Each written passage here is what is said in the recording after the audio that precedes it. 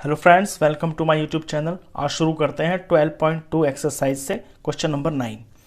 A brooch is made with silver wire in the form of a circle with diameter 35 mm।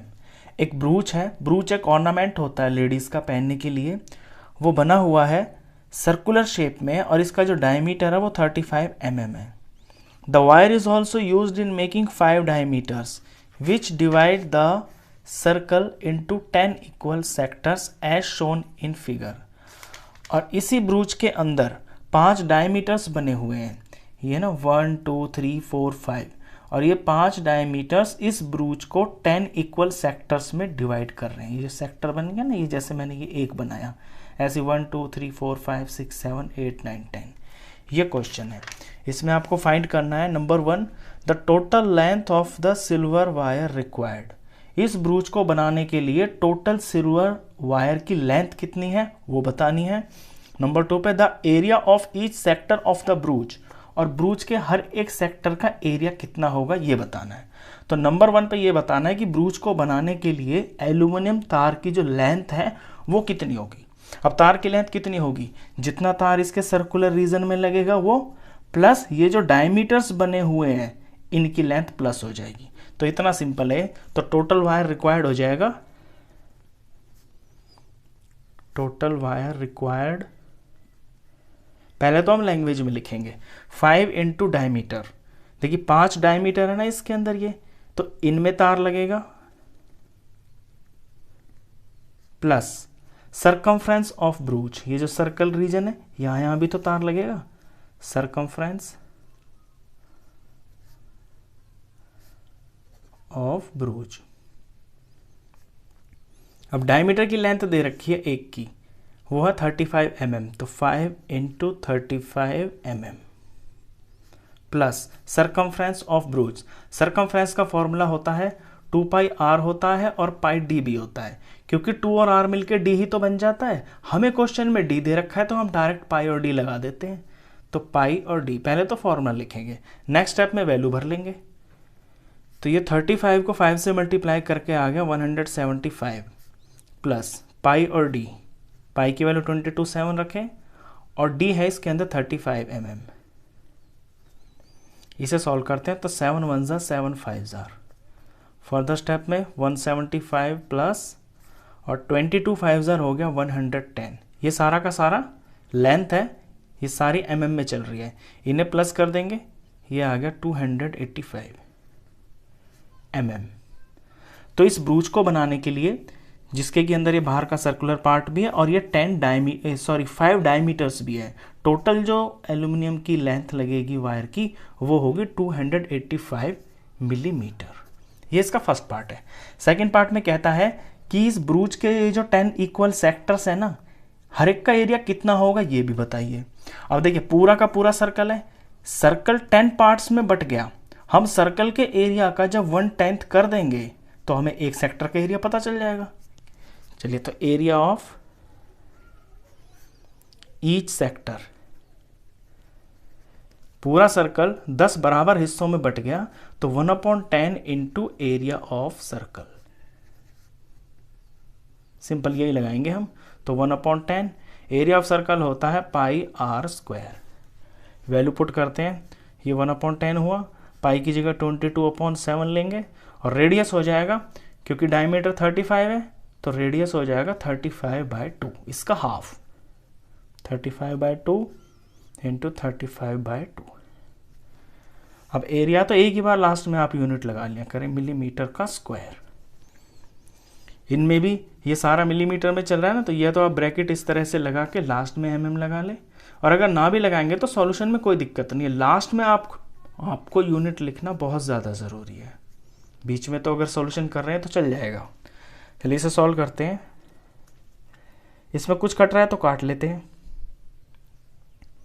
ये cut रहा है 10 और 22 को मैं काट लेता हूँ। 2 के टेबल से ये 5 पे आ गया, ये 11 पे आ गया। अब यहाँ पे ये 7 इससे कट रहा है, 7 1 ज़ार और 7 5 ज़ार 35। इधर 5 से 5 कट रहा है, ये 5 से 5 कट गया। अब बचा क्या ऊपर बच गया 11 इंटू 35। बस ये 2 नंबर बचे हैं, नीचे 2 और 2 यानी कि 4। इसका प्रोडक्ट करते हैं, 35 को 11 से मल्टीप्लाई करेंगे तो 385 आएगा और डिवाइडेड बाय 4। इसे 4 से डिवाइड कर देंगे तो इसे डिवाइड करके हमें मिक्स फ्रैक्शन में लिखना ज़रूरी है।